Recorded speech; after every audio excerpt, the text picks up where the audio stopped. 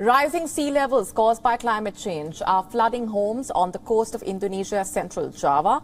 Our next report looks at some residents who have been forced to abandon their villages and start new lives elsewhere.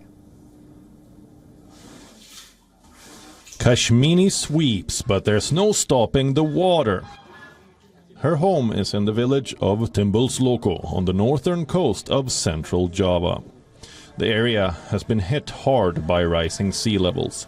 A flooded home has become a frequent reality for Kasmini and her family. She shows how high the water can get.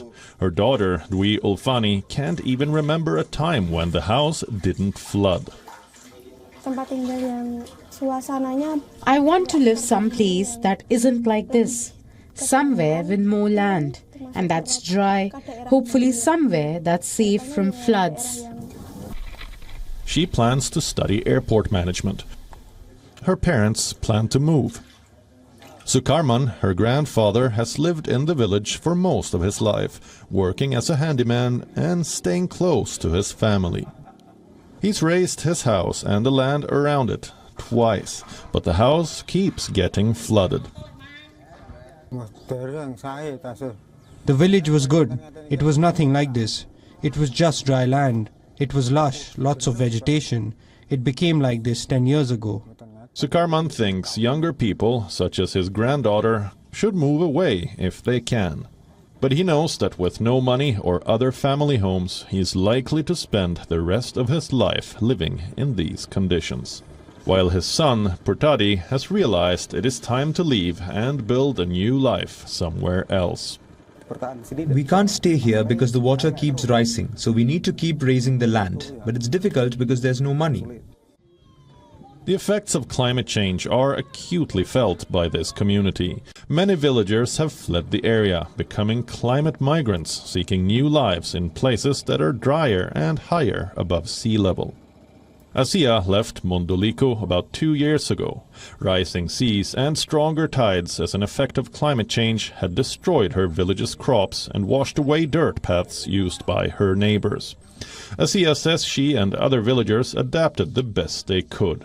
Farmers swapped their crops for fish ponds. People used dirt or concrete to raise the floors of their homes above the water, while net fences were put in yards to catch the trash the tide would bring in. But with the floodwaters rising, she told her husband that it was time to leave. She's only come back to collect her belongings.